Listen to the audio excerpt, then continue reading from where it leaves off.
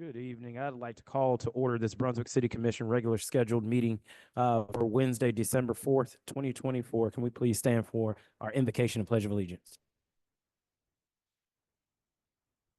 We could all bow.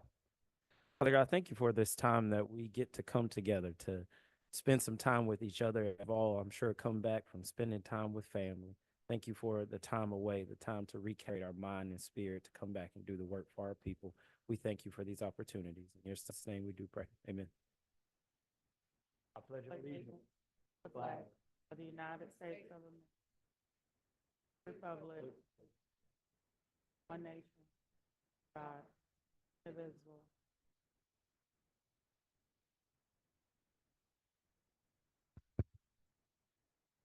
Thank you. Moving on to the approval of the agenda, adoption of December 4th, 2024, regular scheduled meeting minutes. Do we have any addendums or subtractions? Yes, Mayor, I'd like to add item number 5A to the agenda, consider approval of an adjustment to FY 2024-2025 budget. Here in a first, do I hear a second? Second. Here in a first and a second, all those in favor show by the sign of aye. Aye. All those opposed here, hearing none, the motion passes. We will now, Sorry, I apologize. I have one addendum I'd like to make to the agenda. not a problem. I'd like to add agenda item number 11 under city attorney's items. This will be for an intergovernmental agreement between the city of Brunswick and the Georgia Department of Transportation for an installation of lighting for our Gateway Roundabout project. Hearing that as a motion, is a second. Second. Hearing the first and the second, all those in favor show by the sign of aye. Those opposed, the same. Hearing none, the motion passes and the item is added. We will now, is there any other addendums or subtractions? We will now open it for a motion to approve the agenda as amended. Motion to approve the agenda as amended. Hearing a first, do I hear a second? Second. Hearing a first, second, all those in favor show by the sign of aye. Aye. All those opposed, the same. Hearing none, the motion that is in the agenda is adopted. We will now move on to number 2, consider approval of November 20th, 24 regular scheduled meeting minutes. City Clerk Atkinson, any changes or addendums from you? Anything from commission? Hearing none, we'll open it for a motion to approve. I'd like to make a motion to approve the November 20th, 2024 regular scheduled meeting minutes. Hearing a first, do I hear a second? Second. Hearing a first and a second, all those in favor show by the sign of aye. Aye. All those opposed, the same. Hearing none, the motion passes. We'll now move on to number 3, considerable to cancel January 1st, 2025 regular scheduled meeting. I think there has been also a call to consolidate this into one meeting if that be the will of the commission. So I would want that mentioned probably in motion so we know that. Any conversation? No, we'll open it for a motion. Mr. Mayor, I make the motion that we have one consolidated meeting for January, that being the second meeting scheduled for the month of January 2025, canceling January 1, 2025 regular scheduled commission meeting. Hearing a first, second. Second. Hearing a first and a second, all those in favor show by the sign of aye. Aye. All those opposed, hearing none, the motion passes.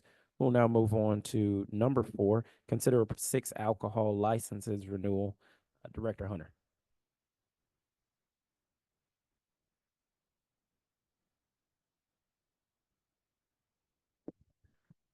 Good evening, Mayor and Commission. We have before you tonight 6 alcohol licenses for renewals. All the holders of licenses have provided all the fees, passed a required background check, and had no issues during this calendar year. We ask for your approval of those 6 licenses. Perfect. The one for us, just for public's understanding, as they don't have sheets we have in our packet, is Olive Garden, Rare Hospitality, Longhorn Steakhouse, Makers, CRG Restaurant Group with Reed's Apothecary, 1317 Newcastle with Silver Bluff Brewing Company, and Gin Wright's Seafoods Incorporated.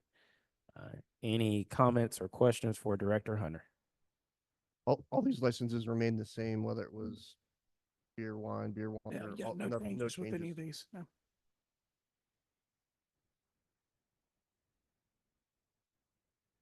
No, did any of these have any violations in 2023? No, none of them did. None in 2023, none in 2020. This is 2024. All right, that's all. I just want to make sure. Any other questions or comments? Hearing none, we'll look at motion. We'll open it for a motion. Not- Do we want to call them all out or just? I think we can do this as a group, correct? They can be done as a group. I move to approve this alcohol license renewal listed in closure number 2. Hearing the first, do I hear a second? Second. Hearing a first and a second, those in favor, show by the sign of aye. Aye. Aye. All those opposed, the same. Hearing none, the motion passes. Thank you, Director Hunter. We will now move on to number 5, consider approval of health insurance renewal for city and city manager McDuffie.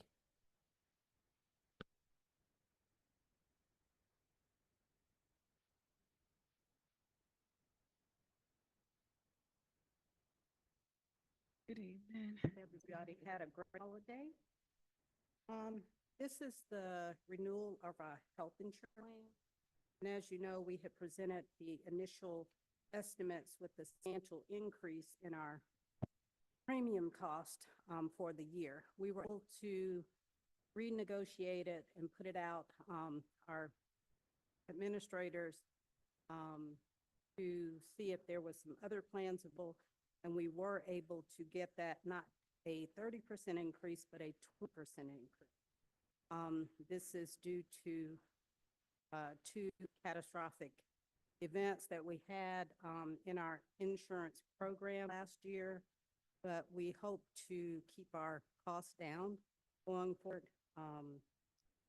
And would like to have approval of the Breakpoint plan that is presented in your information. If you look at page 18, our current services are through Breakpoint with Cigna as our provider network.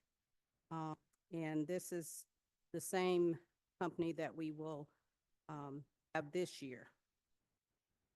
The increase projected is about 20.61%.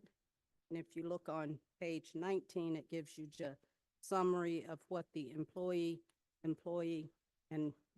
play cost, what our monthly projected cost, and what our overall increase will be. And Mr. Malloy, who represents our plan, is here if you need additional questions or specific questions about the program. Thank you, Manager. Any questions or comments for City Manager or Mr. Malloy?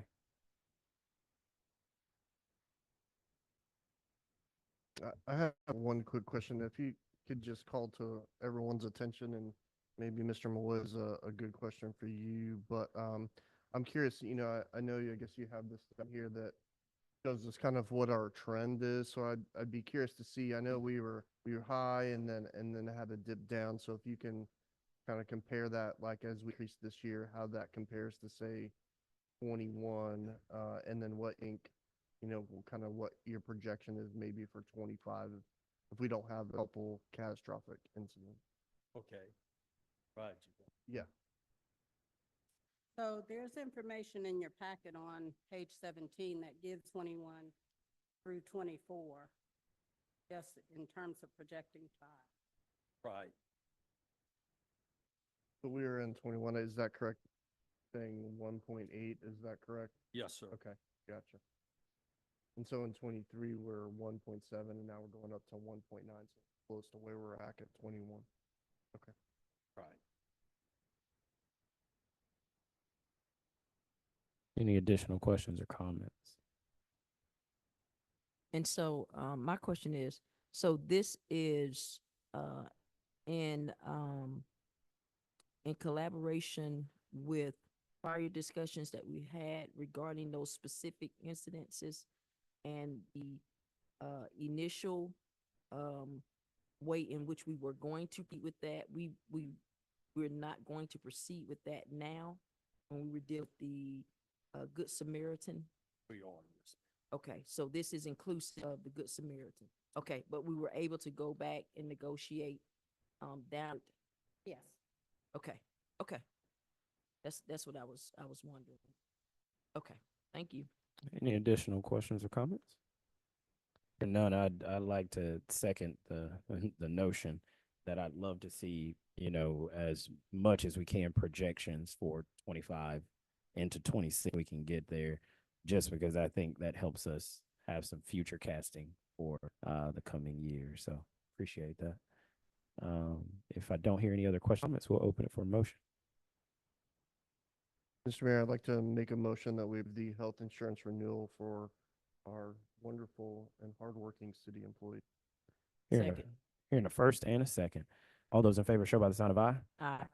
All those opposed, the same. Hearing none, the motion passes. Thank you, Mr. Malloy. Thank you. City Thank Manager. you. We'll now move on to 5A, consider approval of an adjustment FY 24-25 budget. City Manager McDuffie. Okay, so this adjustment is basically to ensure that we meet the minimum required contribution to our action plan. Last year, we did not pay that amount until fiscal year 24. And so we had to portion of this calendar year 23 from fiscal year 24. That left a shortfall in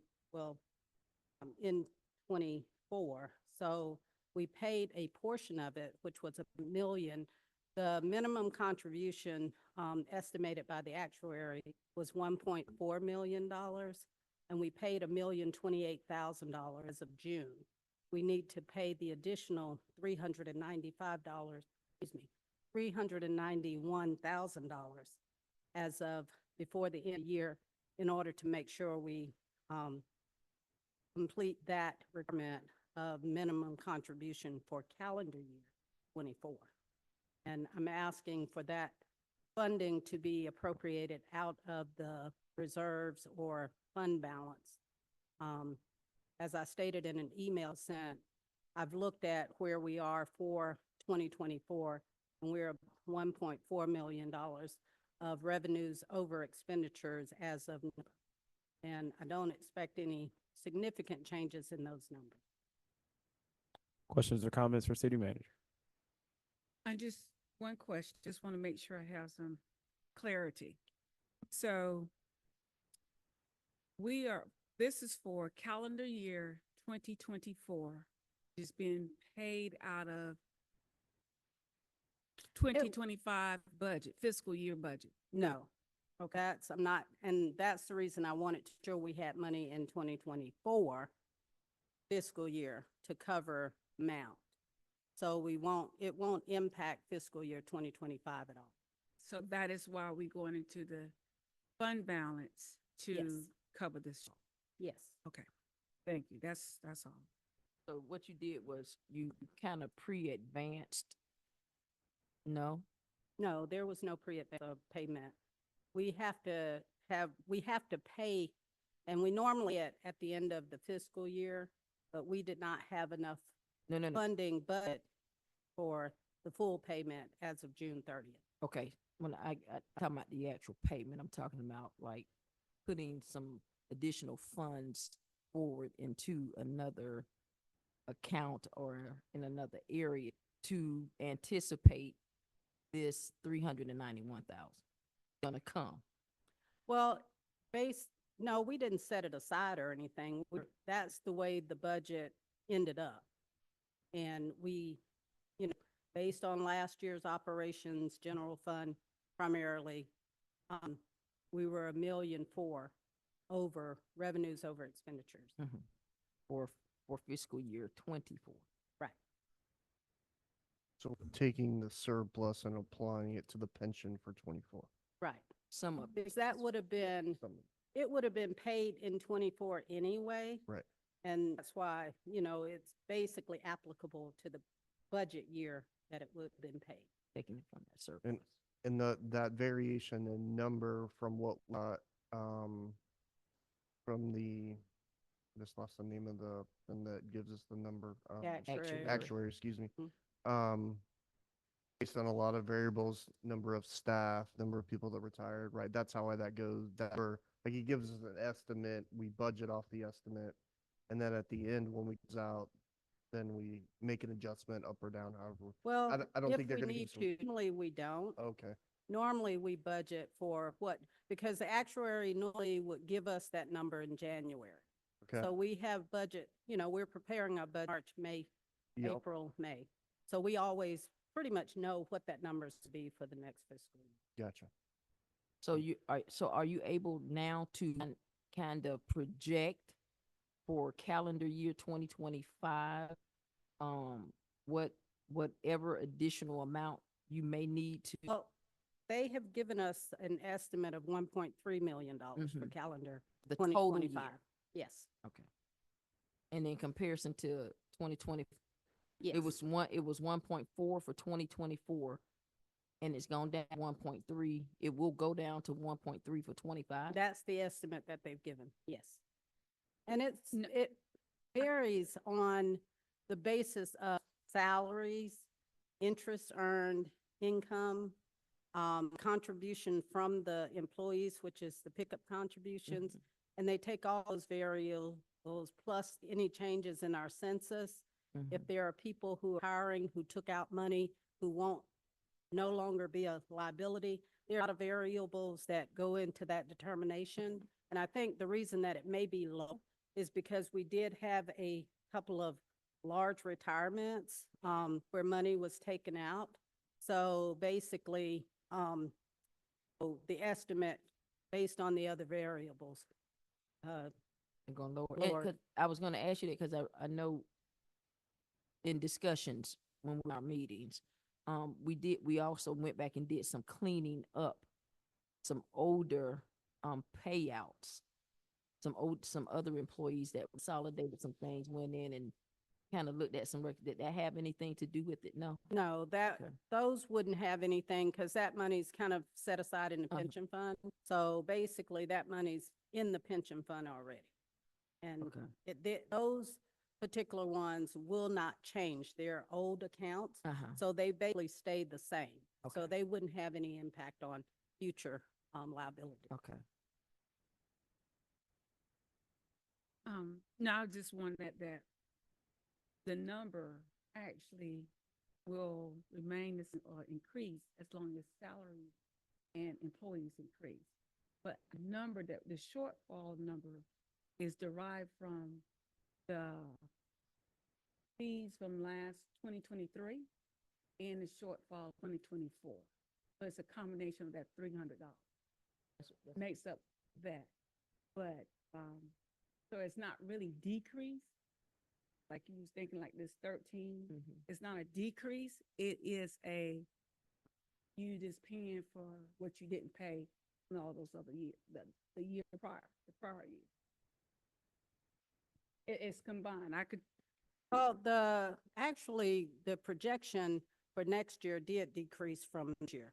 This year, it was 1,420,215. Mhm. Next year, it's $1,351,000.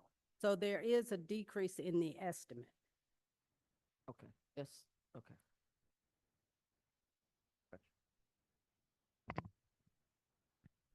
Questions or comments? Any additional? Just making sure. For me, I just want to make sure that we are more so proactive or ahead of the than we Yeah, are I mean, behind. it was an error made what was paid in 2023 last year. And basically, as long as we pay out what we put in, that's how the kind of formula goes. Mhm. But it's put in a fiscal year, but it's paid on a calendar Calendar year year. basis. So it's a little bit confusing Mhm. in terms of what needs to be paid versus what is, in the budget. Mhm. But we get the actuary report early enough where we can anticipate what that budget amount should be. And we will be paying 2025 in in the second quarter of 2025 calendar year, correct? Calendar year, yes. Okay. Probably So we It'll will be be, at the end of fiscal year 5. Yeah.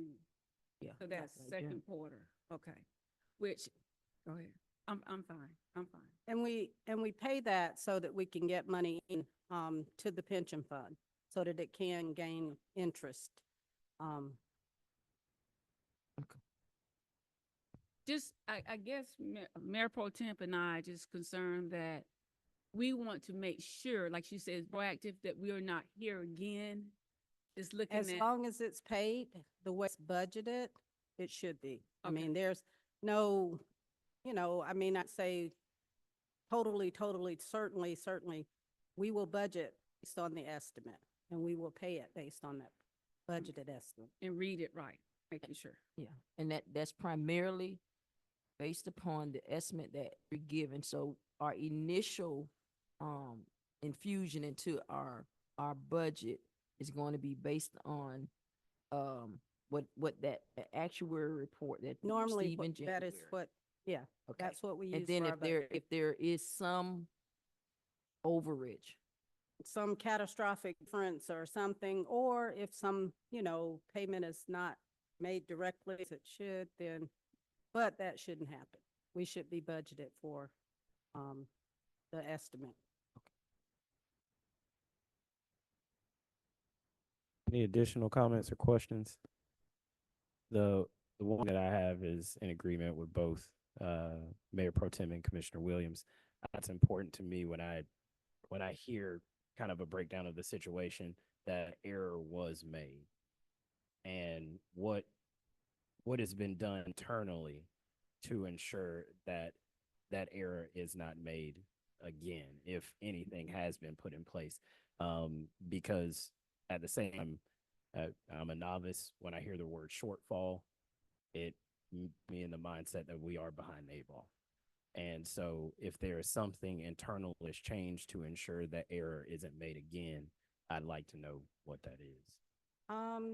Basically just checks and balances of finance and when transaction is done at the end of the year.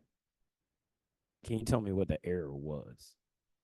Okay, so for, calendar year 2023, it's last year, we were budgeted $1.2 million to pay for our minimum contribution. The error was that the payment that was made at the end of fiscal 2022 was $1,027,000. And that was the same payment that was made for fiscal year 2021. So the payment was duplicated for $1 million. Could have been for the $1.2 million that was budgeted, because it was but that was budgeted in 2023 fiscal year. it was done pretty much based historically on a historic pattern from the prior year. Well, I mean, Mayor I want to Yeah. hold on one sec because I want to ask these questions in sequence. If what you're saying, it sounds like someone copy pasted a payment and didn't actually look at the payment of what was supposed to go out. I don't think that's the case. I think what happened was they looked at the incorrect minimum contribution. And because you can't copy and paste. I mean, it. not copy and paste, but I'm You assuming they looked went at the something that number wasn't the and 1.2. Picked up the wrong number you picked up the number for 2023 for 2022 instead of 2023. But is that form not denoted with the year? Is that form? I'm trying to figure out how that mistake is made. If Georgia Power gives me a bill, they say your bill for March 2023 is $50, and I pay them $50 in 2024 when it's 80. That's on me because I misread the bill. So I'm trying to figure out internally now with the finance department, are there different mechanisms to pay this, or is that payment happening the same way it did when the error was? It's being done in the same manner. It just has proper, I guess, better documentation and checks and balance of before that payment is made, it's confirmed and reviewed. And it's confirmed and reviewed through city manager's office, finance director's office. Okay. So before that payment was just kind of being handled in the finance department, Right. and now there's a check and balance of leadership. Yes. Perfect. Any other questions or comments? Hearing none, we'll open it for a motion. Mr. Mayor, I move that we approve. Amended budget. Can that be stated as the minimum contribution for calendar year 2024 from appropriate funds from fiscal year? Okay, so I move that motion. Yeah. I was gonna The say the city transfer manager. of funds Yeah. from the Mm. fund, go ahead. He just, Second. I second. He just, There we go. I want to repeat it for the clerk. Can you repeat what you want? The motion to approve the minimum contribution payment for calendar 2024 from appropriated funds for fiscal 2020. We have a motion and a second. All those in favor by the usual sign of aye. Aye. All those opposed, the same. Hearing none, the motion passes. City manager. We will now move on to consider approval of funding for AEDs and Narcan for city buildings. Chief White. Good to see you, Chief. Thank you. I'm here tonight to seek approval from the mayor and commission for the approval to utilize contingency funds as well as the opioid, settlement funding to pay for new AEDs and Narcan. The company that we are recommending, we did 2 bids. The company we recommended, we already utilized, Howard Coffin Park and the Recreation Department, those type units. And we've got a good relationship with them and agreed to provide the Narcan for free. So our recommendation is for the total amount of $36,143.61, for $20,000 to come from contingency fund and for $10,000 to come from the opioid settlement fund. Chief White, thank you for your work on and for securing the Narcan for free in that provision. If you could, just for those who are watching or for our records, can you tell us what an AED is and what Narcan is? The AED is an automatic, basically a external defibrillator used for heart attack victims or unconscious victims that have problems, and the Narcan is used for drug overdose.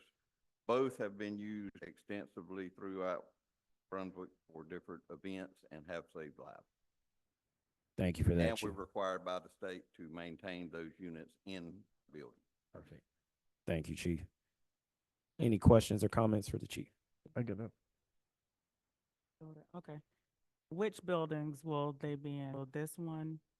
The city, Pretty much every city building, all city building. are staff members trained on them? Yes, ma'am. They will Alright. be. Yes, ma'am. And you, the commission, know as well, when you have the training? Okay. Thank you. I had a question about 2 things, Chief. Number one is in the quote is included, are these like mounted on the walls with signage? They will be mounted and there will be signage as well to identify. The cans will be put in boxes as well. And we did order the cases for the ADs as well as training manuals and training equipment for it to be utilized for the employees. Perfect, perfect. Okay, and the last question I have is just regarding budget, and I think, it's great to see this settlement money going to good use. But I'm seeing 20,000 from contingency and 10,000 from the settlement. That's 30, but the amount is 36. So I'm just curious where that other 143. It's actually was a typo. It should have been 26,000. Perfect. Okay, great. I Should have wanna been make sure that's included. $26,143.61. Gotcha. The person that did the thing, he's out of town and we didn't change it. I understand. Okay, as long as we're clear. Perfect. I think it's good. No other questions, Mayor. Chief, I would like to know what the total amount that we received for fund settlement. Was it only $10,000 or did we need more? No, it was more. About $36,000 that's been received for opioid settlement. And we had not spent any of that funding. Okay, and the second question is actually for the city manager. So the $20,000 contingency coming from our contingency line budget? Yes. And so therefore, to my third question, if we did not spend any of the opioid money, why didn't we do the state? We could, I mean, based on, we had originally said we wanted to do some drug prevention programs through our recreation department with those funds. But I mean, it's at the will of the commission. If you all want to take more money out of the opioid settlement, I mean, Think it's more feasible for us to take more at the opioid settlement, not necessarily all, because we want to, hopefully the training for the, department and leave more into the, now how much. But the route there, but I do think we need to be 50/50. 50/50. That's, Split it down. that's, 18 apiece, well, yes, 18 apiece, whatever. 50/50. yes, we'll do that. And then we need to concretely, or definitively determine how we're going to expend those remaining funds. Specifically, if we're going, whatever programs you're targeting through the recreation department, so that, that will be a plus for the city to show that we are addressing a common problem that exists in the entire community. And this is what we're doing to attack or target that problem.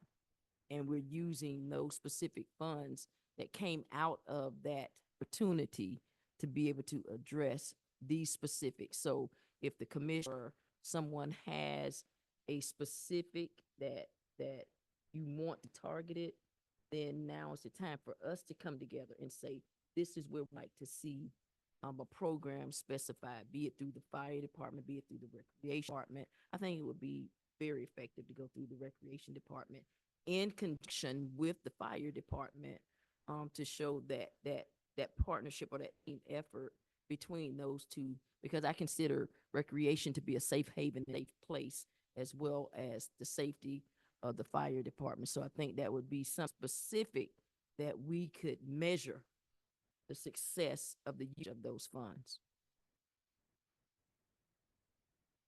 And one more question, this really for the city manager. Is there an expiration date for the usage of these? No. Okay, That's a settlement. thank you. Any more questions or comments?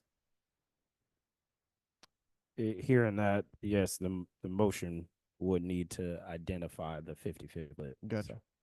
So we'll open it for a motion. All right, I'd like to make a motion that we approve the action of AEDs and Narcan units for all of our public building in the amount of $36,143.60.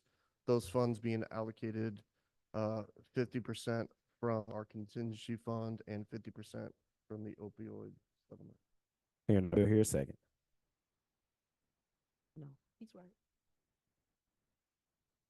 So that's the, No, he's talking about the it's the total total. The total. settlement amount. The total settlement. Yes, the whole amount is, the 36, settlement one. amount's 36. Price for this is 36 as Yeah. well. It's 26. I thought you said 20. It says 30.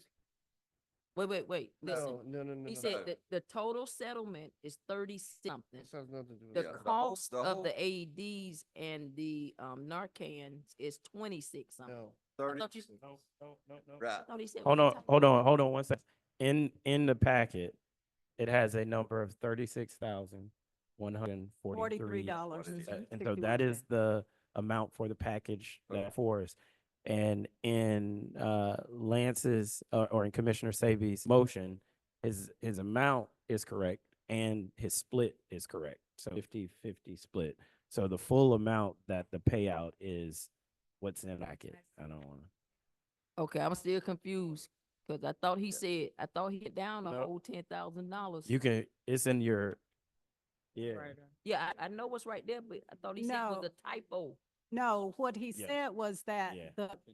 the contingency was 20,000 and it should have been 27,000. 26,000. And then the additional 10 was going to come out of the Okay. opioid. That was, Right. So I Where just the want to typo make sure, is. the motion that we have is right. So let's restate the motion. Yes. Okay, here we Yeah. go again. I'll motion, Yeah, and name the full amount. I think we're Yes. just, I'll make a motion that we approve purchase of AEDs and Narcan for all of our city public buildings in the amount of $6,143.61. Those will be allocated equally from 50% our contingency and 50% opioid settlement revenue that we have as well. here in the first, do I hear a second? Second. Here in the first and a second. All those in favor show by a sign of aye. Aye. All those opposed, the same. Or none, the motion passes.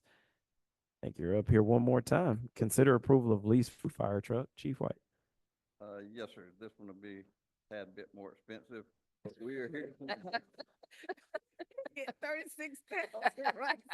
We need that laugh, chief. We are here tonight to seek approval for the lease options for the procurement of the new fire truck, the new truck that we are requesting. As you know, we are trying to change up our routes in the county and city as well, and we need the Quint, which is actually a ladder pumper combination. It's 107 foot, which meets our requirements for the number of stories of 3-story buildings that we have in the city, as well as the buildings that require 3,500 gallons per minute of water, and that meets our I requirement. The reason that we did this a little unconventional was because, and we didn't go through the process normally, is because if we ordered a new truck today, if we called and went through the process and ordered a new truck, for it to be built, it's about a 2-year wait from start to finish.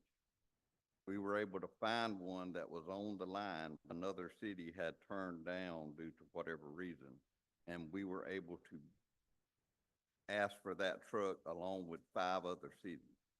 And our rep was able to get that truck. The reason that we requesting to go through that vendor is because that's the vendor that we just bought the tower from, and they are the only vendor that does a single axle 107 Quint.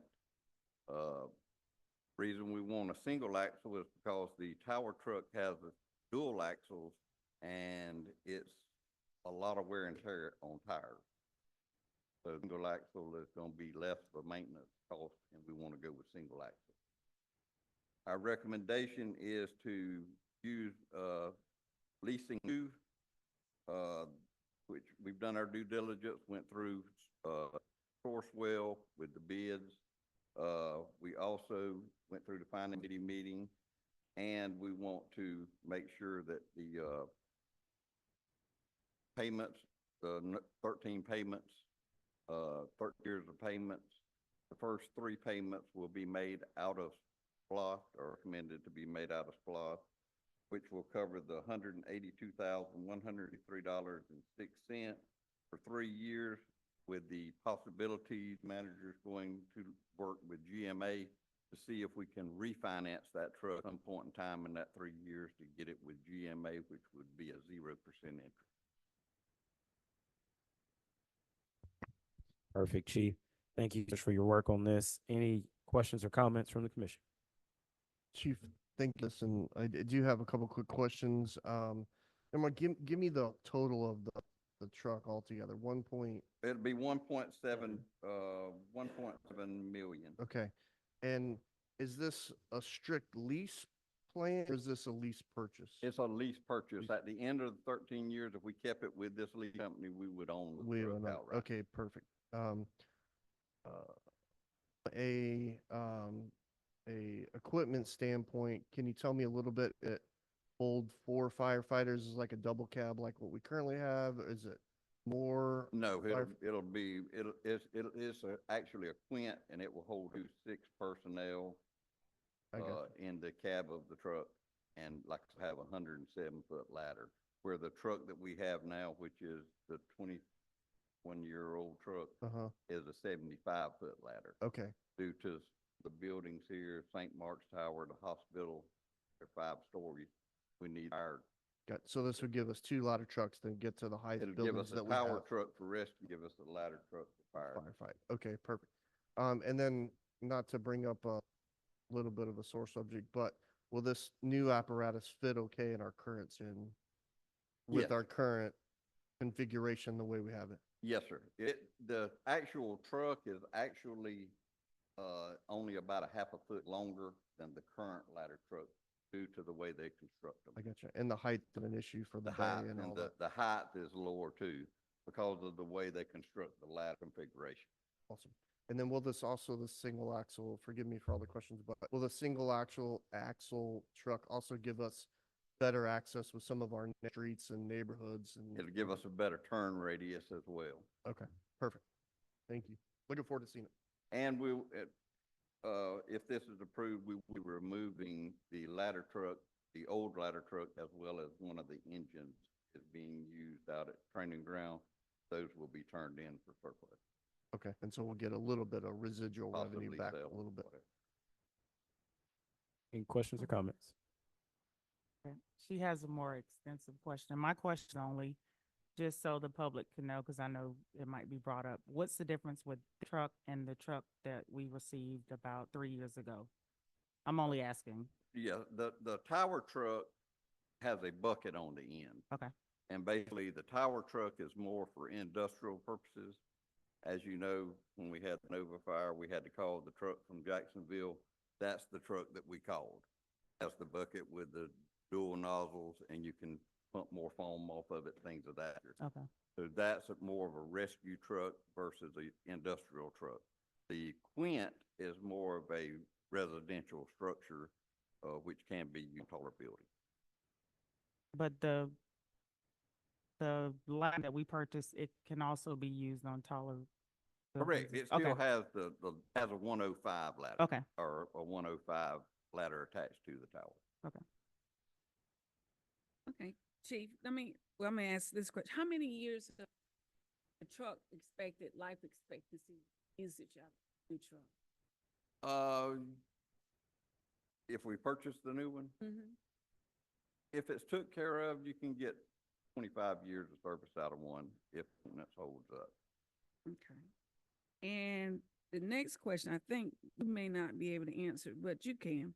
Which SPOS account, I assume is 2022 that we are currently in? And what category Okay. And besides the GMA, and hope in 3 years for the GMA, are there any other possible,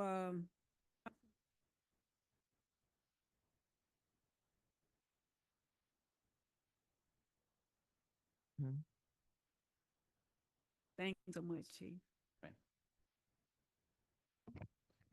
Any other questions, comments? Does And I Santa did hear Claus- correctly that the interest rate was 0%. No, the interest rate for leasing 5.39, That's what I needed to know. which All is Okay. not, Perfect. it's not zero. Gotcha. Questions or comments? Hearing none, we'll open it for a motion. Mr. Mayor, I move that we approve the lease for the new fire truck. Hearing a first, do I hear a second? Second.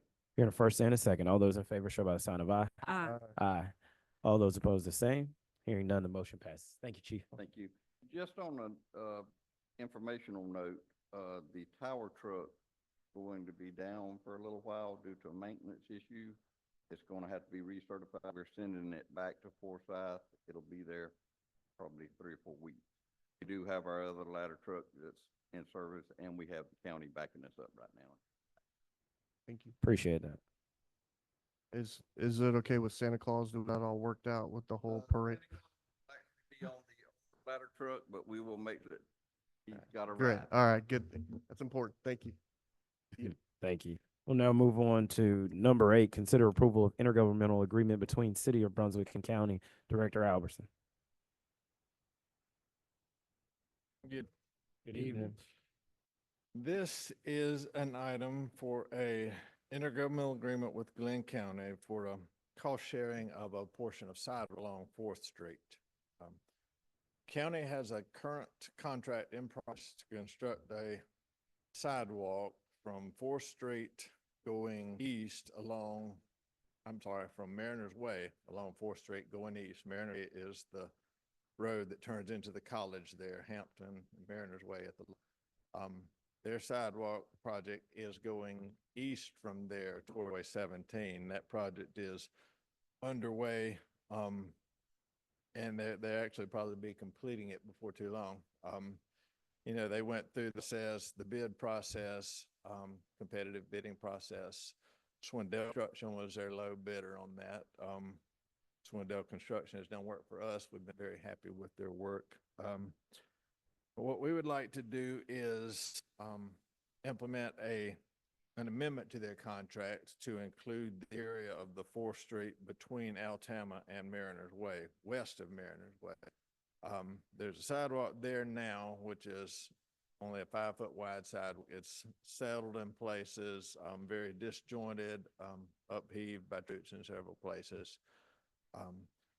We would like to remove that sidewalk and replace it with a larger 8-foot sidewalk, comparable to what the county is building there.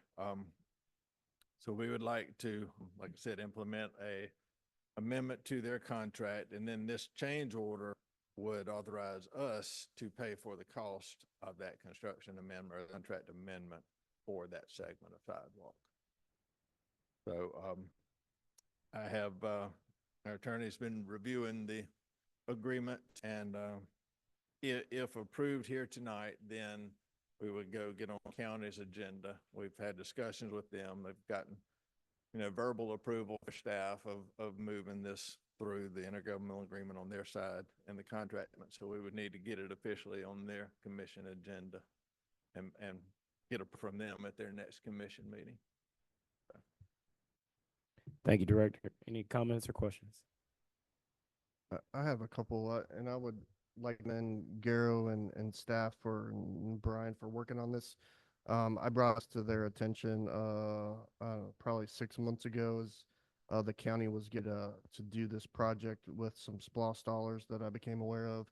I think it's an example of how we can work together with the city and the county, both from a commission level and a slide level. To me, it made absolutely no sense to have a brand new sidewalk that connect up to Altama/MLK, especially as we're looking at impact corridor. So, and the college obviously spending money on the arts center there as well. So I know this isn't something that we have done a lot of in the past, is these kind of deals, but I'm excited to see this hopefully come to fruition and give us an opportunity to again, we've got the contractor already out there, so it saves us a little bit of money on the back end, not to have to remobile and do a bunch of stuff and spend staff time putting stuff out for bid again and doing all. I'm glad that Commissioner Say mentioned the relationship, the partnership with the county. As you know, out corridor to the west side. Mm-hmm. That's important because they have a 3-block, which we're gonna need their help on it. Correct? Yes, ma'am. Part of that sidewalk does leave the city and go into the county there. So yes, that will be sort of a joint project when we get into that design and construction as well. Because that side is, is longer expanded, belongs to the city, in which we need to provide our citizens a place to be able to walk to as well. Certainly. Yeah. And maybe it'll be an inverse relationship there where we lead the project and the city cuts us a check for their portion of it or something. Right. You know what I'm Possibly. saying? Like, The county, yeah, right. county. Yeah, sorry. Yeah. And do you think when we could look at the side again? I mean, I know we have talked about it because that's on one of my wish lists. And I know you mentioned about the railroad, but when do you think we could focus on that side? Kind of investigating some funding options for that contract. And so, I'm thinking in the spring here, as we get into some grant funding cycles, we can find an appropriate grant or avenue for some funding assistance and try to stretch our money out a little bit with funding there. But I'm hoping maybe in the spring we can get something on that. I thank you so much. I appreciate you all the time because you don't realize, if you don't know, I know how very important your department is to the city of Brunswick. Thank you.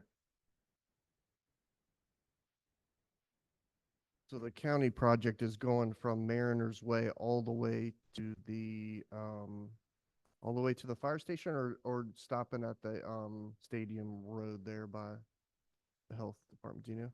I think they're stopped at this stadium, is it, Whatever that whatever the little road road is. there right by- is, yeah. It's not, is you sure? At the health department. Right before the Right. fire station, Right. right at the fire station. And then before that, Right at community action at the driveway that goes into, So what are they doing where they, have filled in that, runoff pond right there? they're just piping that ditch. So, And then they go, to okay, get rid of the ditch. I'm not sure what That's their what- long right, term, because if I- they plan to come back later and put a And dig it sidewalk back on out? there. Okay.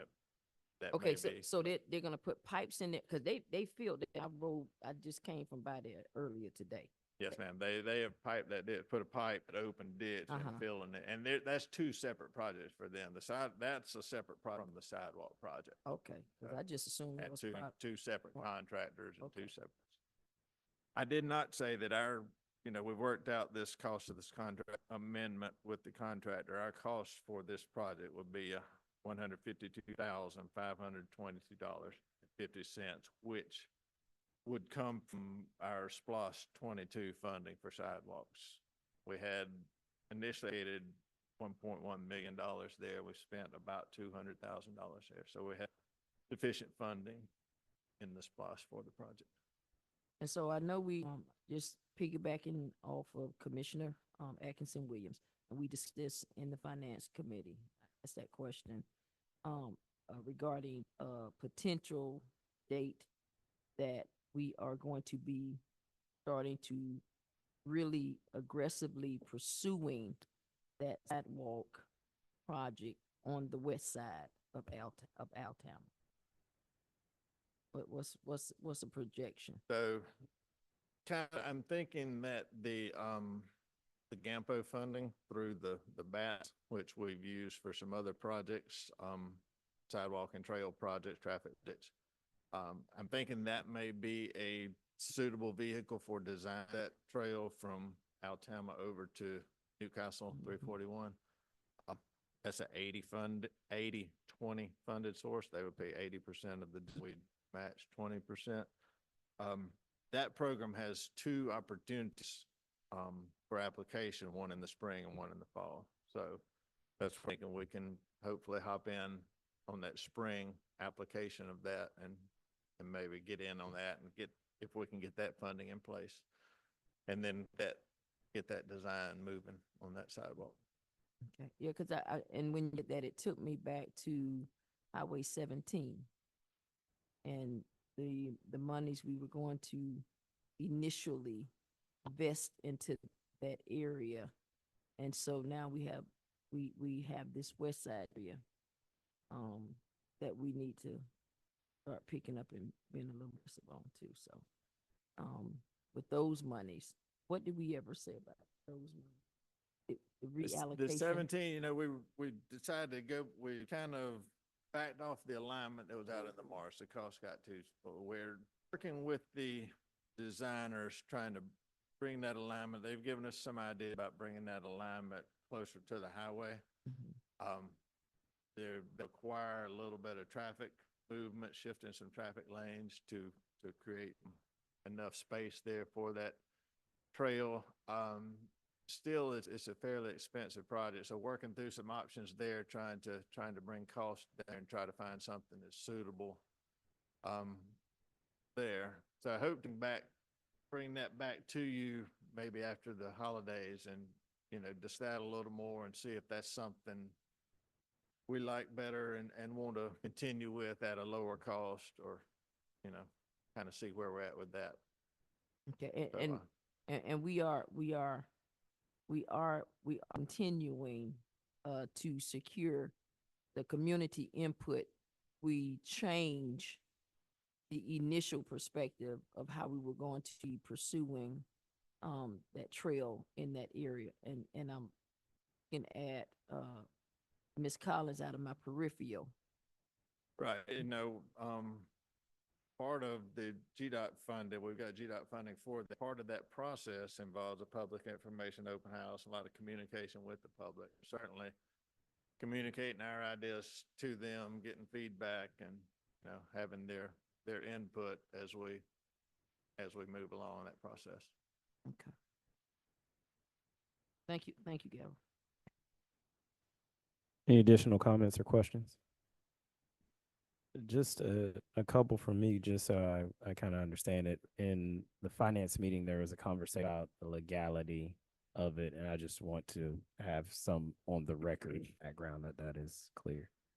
Right, since we're doing it as an intergovernmental agreement with the county, it would be similar to any other joint cost-sharing endeavor like College Park Drain, something like that, where there's work being done both in the county and the city locations, but because it's terminal entities coming together, it appears to be appropriate. I think what the mayor was, I'm sorry, I can piggyback with you. It was some legality, some questions about the legalities of the usage of the SPOS money. Was it not? Wasn't it something to that effect? I think the one thing that I was keen on when I heard it was the space by we didn't use our own procurement process, and it's somehow okay to use their procurement process in project. So I'm just trying to make sure that is good to go. Right. Because it went with a certain dollar amount. Well, certain dollar amounts for public works contracts do a procurement. But in the grand scheme, again, when in a cost sharing between two governmental entities, it's almost always that one or the other uses procurement. Again, go to College Park, where the county led that procurement process. We didn't take each piece out saying this is what we need it done, and each procure and go through the process of bidding for the separate areas in which the overall project was commencing. So they've gone and done their procurement, which is very similar, of course, to ours, and intergovernmental agreement. I believe we can utilize that to move forward. I understand the connective nature of this, and I love my guys over at the county. I think the next couple questions I have isn't taken the wrong way, but I'm trying to figure it out.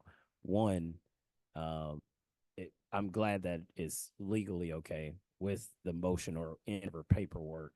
I want to ensure that we have some kind of paperwork from our legal office ensuring that we didn't do our own procurement process, and that's all good. I would, however, if we're going to have joint workings with the county, the tune that we use, that we find out the right scheduling and we use our own procurement. If it makes it cheaper, I'm totally in favor of it. I understand by which that's a deal. But if it's not necessarily making it cheaper, I do want us as a city to ensure that we're using our own procurement processes and moving forward. And I know this is a unique circumstance, much like college. The second thought that I have, and the question that I have is the dollars that we have put aside in SPOS 22 for sidewalks. This will be about $150,000 out of that bucket. And did I hear you correct when you said that we haven't done anything else? Is this the first project out of that money? Not Okay. Not with this sidewalk project. Okay. We've spent some money on some general sidewalk repairs around town. So how much after this was done, how much would you say is left in that bucket? Will be probably $750,000. Okay. Left there. The reason I asked that question is I guess it'll connect to my next question. In terms of us having a priority list of areas throughout the city where we need to have sidewalks, do we have that internally? And then do we have a schedule set up by which those dollars will be expended to those projects? I say that specifically, especially as a runner. There is a lot of places in the inner core of our city that don't have sidewalks, or the sidewalks have been overgrown to the fact that I know I can't run on, or broken up, or trees, and so I want to ensure if the project was on our priority list, great.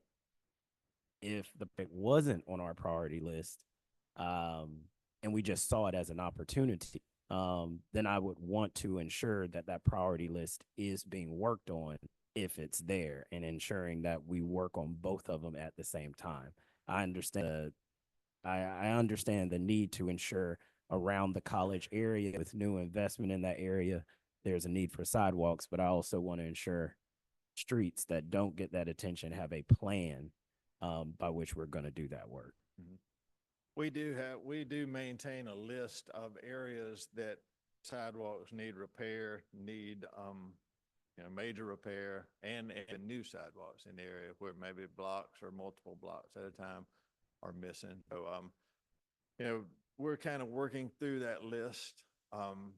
Typically what we've kind of worked through so far with this SPLOST so far is where we're getting complaints and frequent complaints and, where people say, well, my relative has fallen or, somebody has been injured, that, trying to, those being the priority, working through some of that now. But to answer your question, yes, we do have a list that we maintain of. If we could, yeah, I know that list lives internally. If you could email that list to us as a commission so we could take a look, I'm sure there may be some changes or ideas from the commission of areas to act sooner rather If you than have later. areas you'd like to look at, let us know. Perfect, perfect. I appreciate, thank you for the work. City attorney, everyone who worked on the project, thank you for bringing this to us. Have we, just as an odd question, has anyone had a conversation with the college to ensure, I'm sure they are in favor of this, but has anyone had a conversation with them, let them know it's coming? I have not. Yeah, okay. No, sir. No, we'll make Let sure me you do that. go back to your first point there about procurement versus using this. Make sure I'm clear on what I need to do there. No, I don't think there was an in-depth ask from you. I Okay, think I know, in okay. my head, if we are going to partner with the county, I would hope in the future that we come to the table in the beginning so we can use our own procurement process. I know, got you. Okay. yeah, I know that, Not necessarily. that it's already in place. It's smarter and cheaper probably to use that, but at the table together, we could run those congruently to ensure we I see had what our you're own saying. process. Right. Okay. Any other questions or comments? With that being said, open it for a motion. Mr. Mayor, I move that we authorize you to sign a intergovernmental agreement with Glenn County in amount of $152,522.50 for construction of the 4th Street sidewalk project for Alabama Avenue to Mariners Way. Hearing a first, do I hear a second? Hearing a first and a second. All those in favor show by sign of aye. Aye. All those opposed, the same. None, the motion passes. Thank you, Director Alves. Thank you. Appreciate it. We'll now move on to city attorney's items. Consider approval of resolution number 2024-2, authorizing participation in the amicus brief Chang versus City of Milton Hill. City Attorney Corey. Good evening, everyone. For you is a resolution that is sort of being floated around through the city attorney at GMA, Georgia Municipal Association. If you're not familiar with the Chang et al. V. City of Milton case, I just want to give a brief background and how it is important for us as a city to monitor and take into consideration what happened at the Supreme Court. In 2016, there's a tragic accident in the city of Milton in which Mr. Chang, who is a student at Yale, tragically passed away. He struck a planter, a cement planter that held flowers normally. His car, they believed there was a deer that came out, but unsure. Left the roadway, struck the planter box, and it was a fatal accident, single car accident. Bringing the case forward, his family sued the city of Milton for the placement, alleging negligence in the placement of the planter box. Initially, there wasn't much thought to the case. That it appeared, since it's so far off the road, there would be highly unlikely that the city was foundable. However, a judge disagreed with immunity, allowed it to go to a jury trial, and the jury returned a verdict of $35 million against the city. Somewhat ways through Georgia Municipal Association, but later, as we discussed, I think most city attorneys felt comfortable that it would be overturned on the Court of Appeals. However, to affirm the verdict of $35 million in the Chang decision in 2024, earlier this year. You'll see in the resolution that I think the language that's most concerning to us as a municipality. In the Court of Appeals order is that they ruled that the planter was a hazard for vehicles leaving the travel lanes. Its presence renders the use of these thoroughfares more hazardous. This is obviously a concern because I think it should not be a typical thought process for Garrow, who is our city engineer, to take into consideration what happens when a vehicle leaves a travel lane in an area that otherwise would not be a travel lane, and suddenly the city is liable if that is and it strikes something that is somewhat approximately close to where the vehicle should have been. And so because that seemingly extends liability onto the city, the lead counsel, and Gerard, lead counsel for the city of Milton, and GMA are seeking amicus briefs, which is friend of the court brief. In the Supreme Court case, which is likely to be heard by the Georgia Supreme Court early next year in their first term.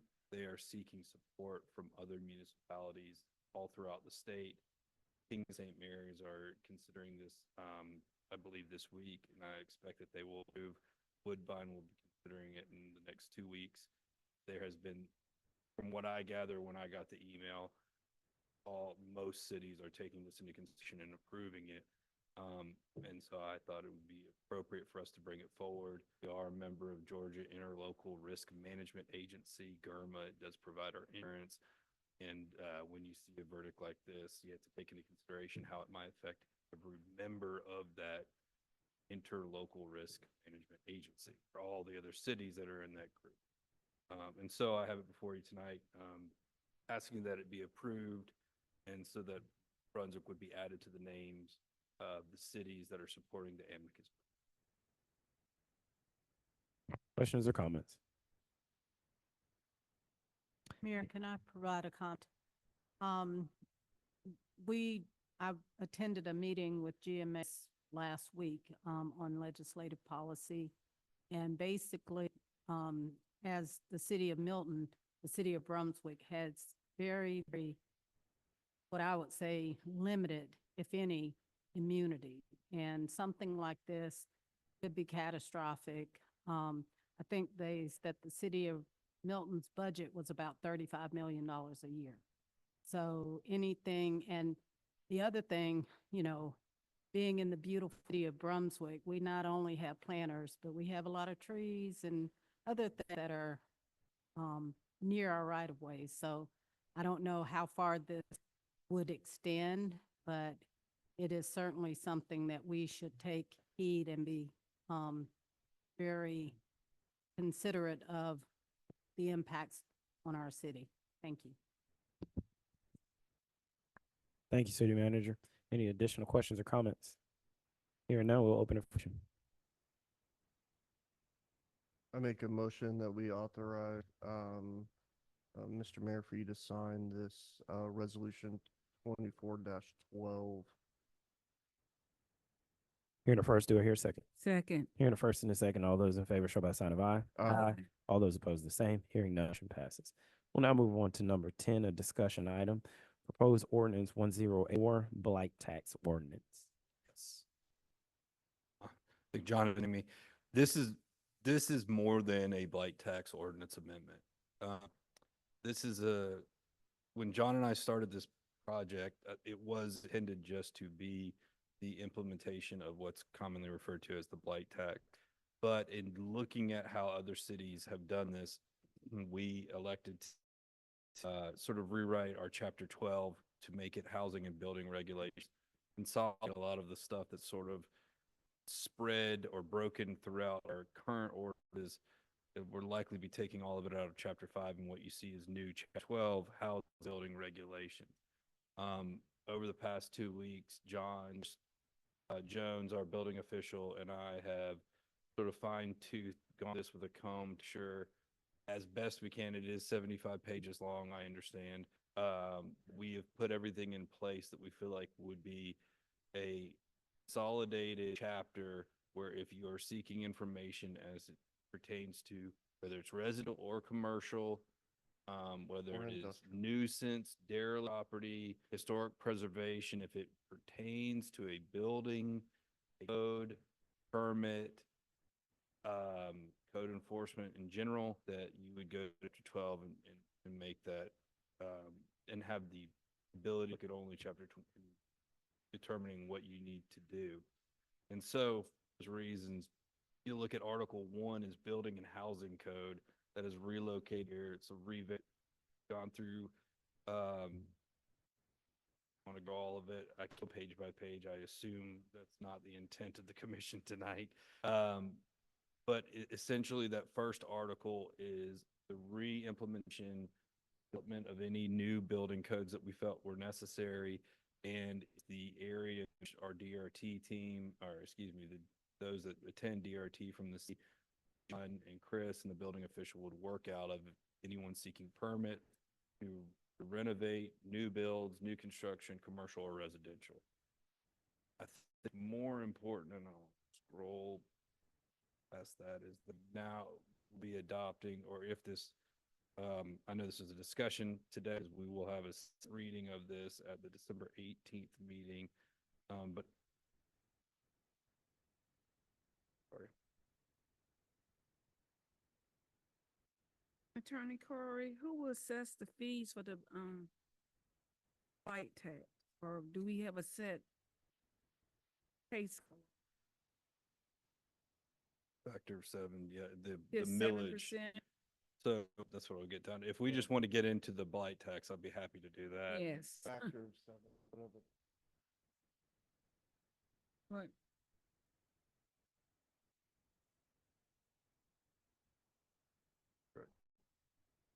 Correct me if I'm wrong, it's a factor of 7 of what the current millage rate, not so 7 times whatever the current.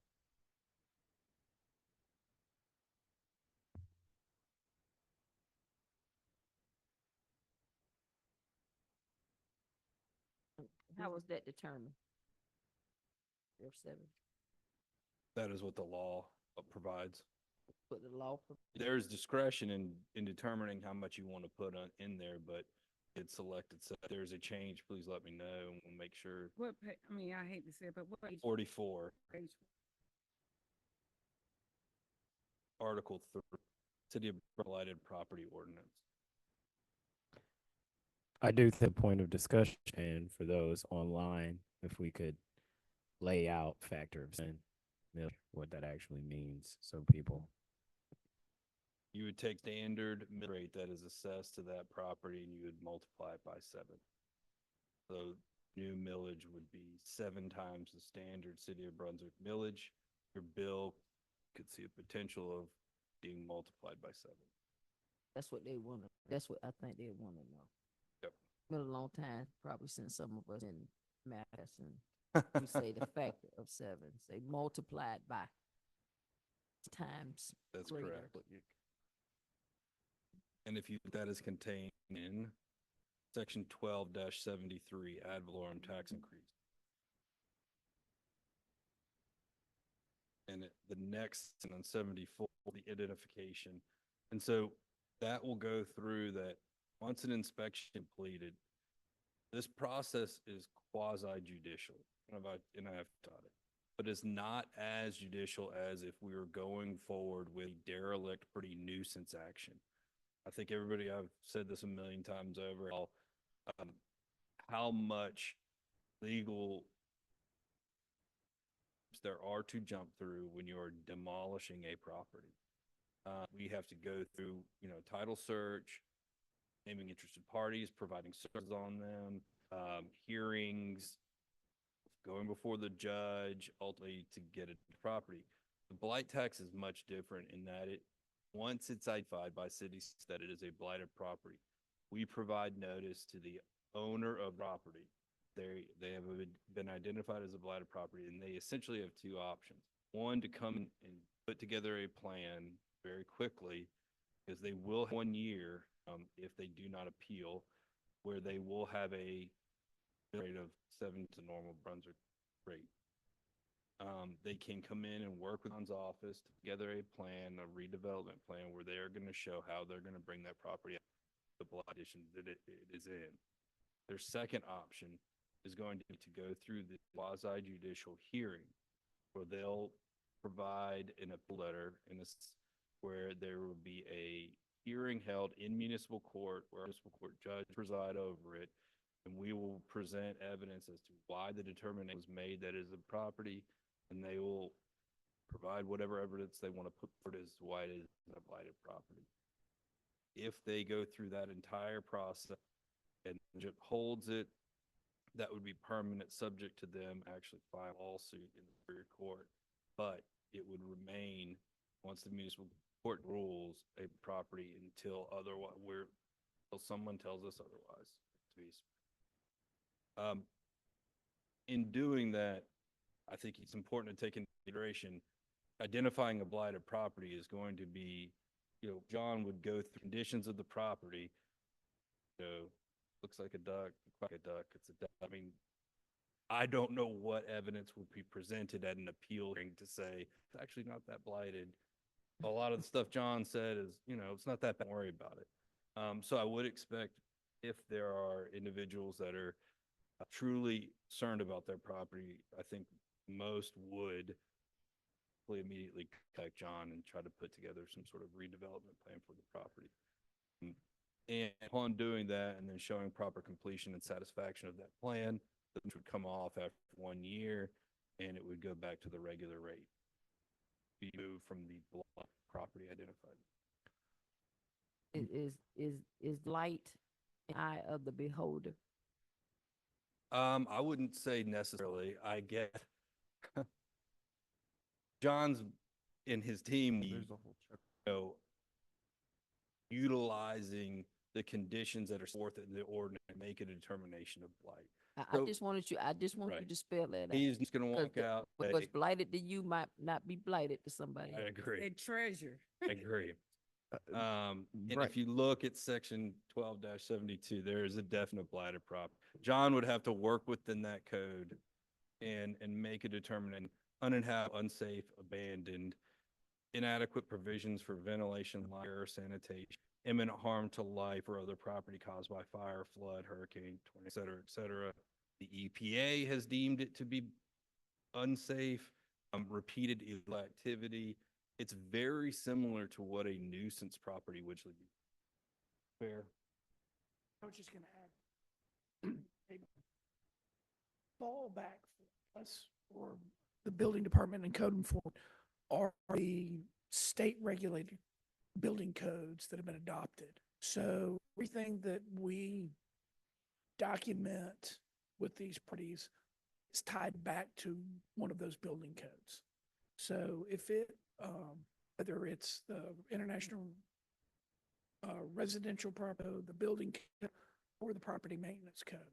So we have all of that backup like we would when we go forward with a nuisance case. If you've ever seen our nuisance case, so we go for demolition or one of our tenant complaints. So probably one of the more similar cases where we go in and document, these are the conditions of the building, and here is in our code exactly where that violation is.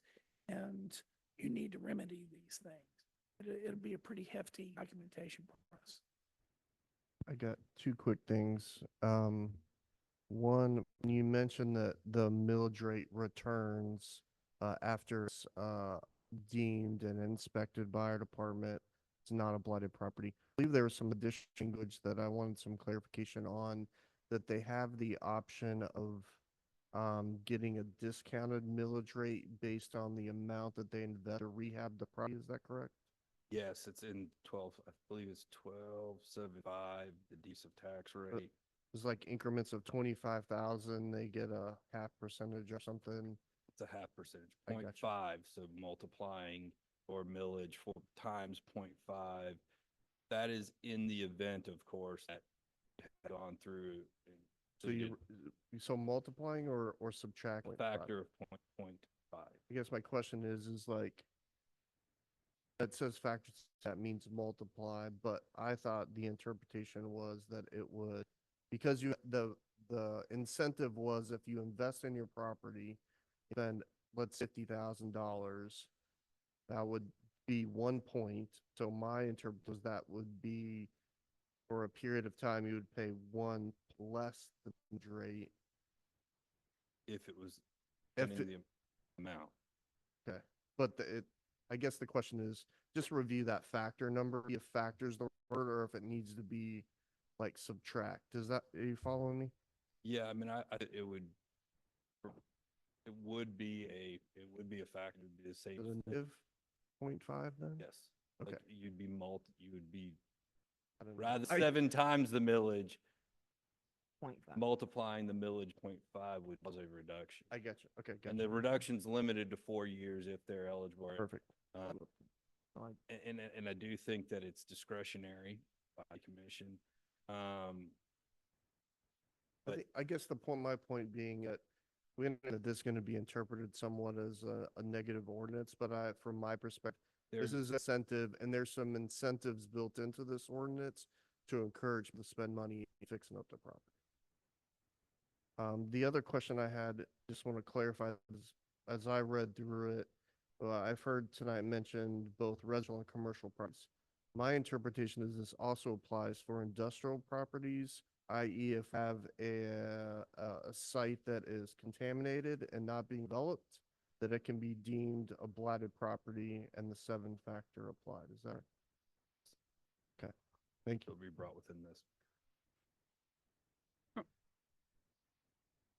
Brian, you Yes. mentioned about tenant, or maybe tenants as well make complaints about the property.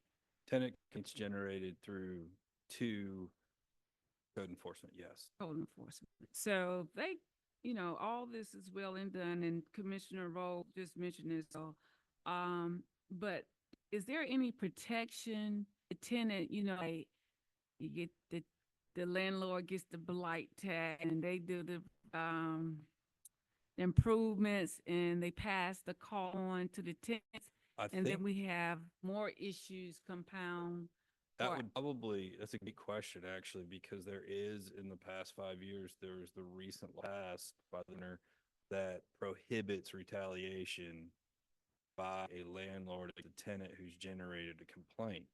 So it's a good question. I do think a tenant would potentially have a cause of action if their rent is increased from. So the blight tax would not apply to occupied structures.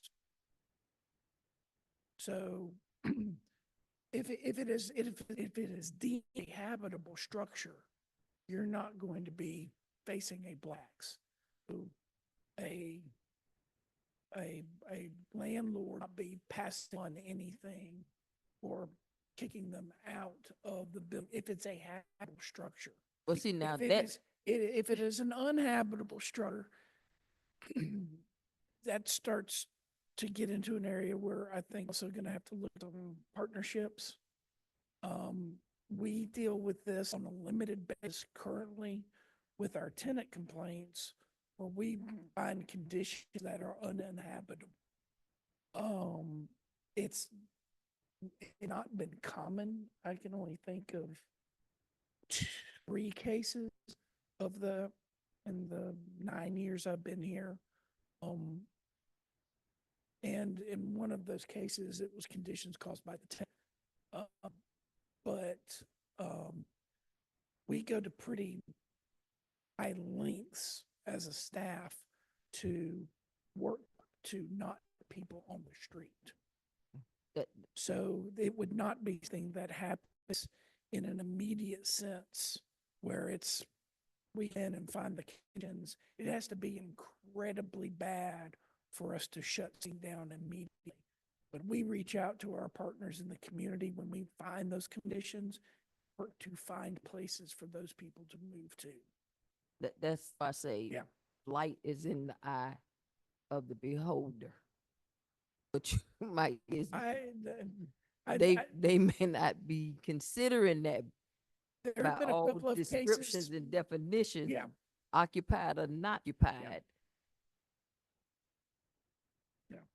And it would be less about blight tax than it is the property maintenance code that we're opting as a part of, which gives us a lot more actionable items we've had in the past in dealing with the condition of both owner occupied and rental properties within the city.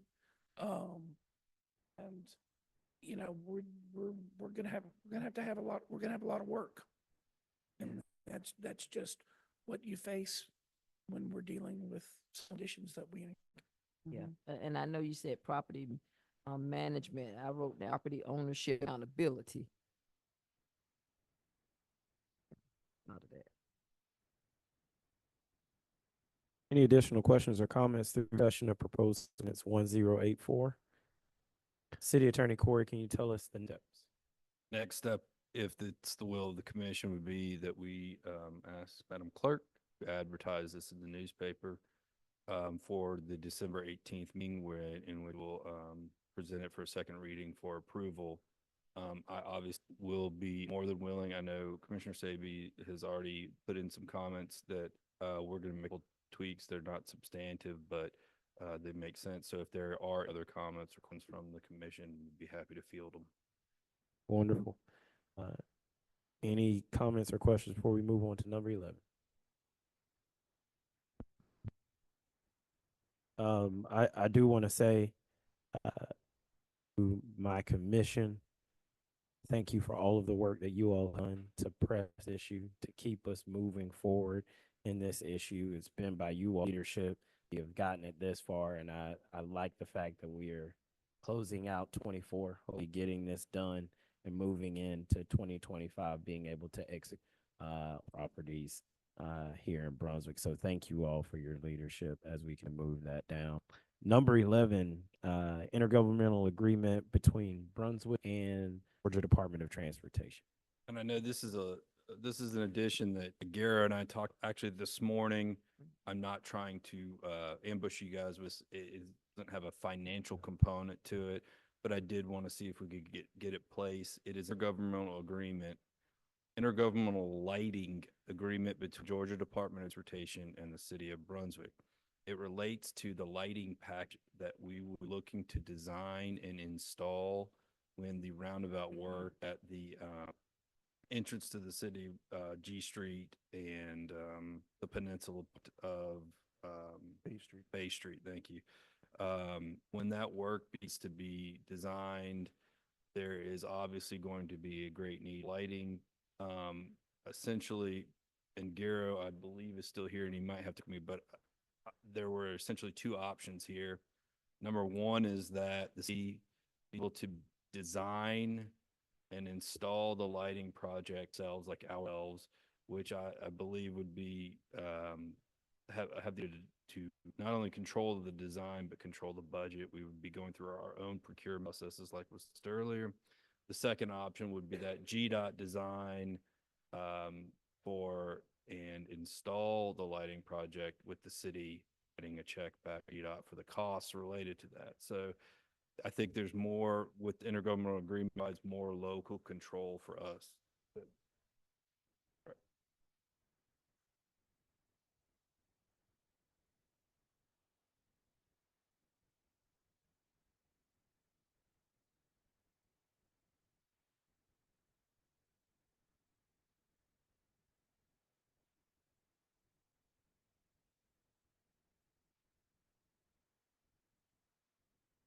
No brain. There's a template agreement with GDOT that they enact with most other government agencies who are seeking to do GDOT related transportation projects. I looked through it with Garo earlier. Again, the financial implications right now, it's just giving us the ability to have the low control and design it. Wonderful. Questions or comments for City Corey? Hearing none, we'll open it for a motion. I make a motion that we enter into an intergovernmental agreement with the Georgia Department of Transportation for the design and installation of lighting at the Gloucester Bay Street interchange. Here a second. Second. Hearing a first and a second. All those in favor show by sign of aye. Aye. All those opposed, the same. Hearing none, the motion passes. Any items for executive session? Yes, litigation. We have one item for executive session. I'd open it for a motion to be turned into executive. I move that we move, I move that adjourn to a session For reasons of, For reasons. for litigation. Hearing the first, do I hear a second? Second. Hearing the first and the second, all those in favor, sign of aye. Aye. All those opposed, the same. Hearing none, the motion passes. We are adjourned. Executive session.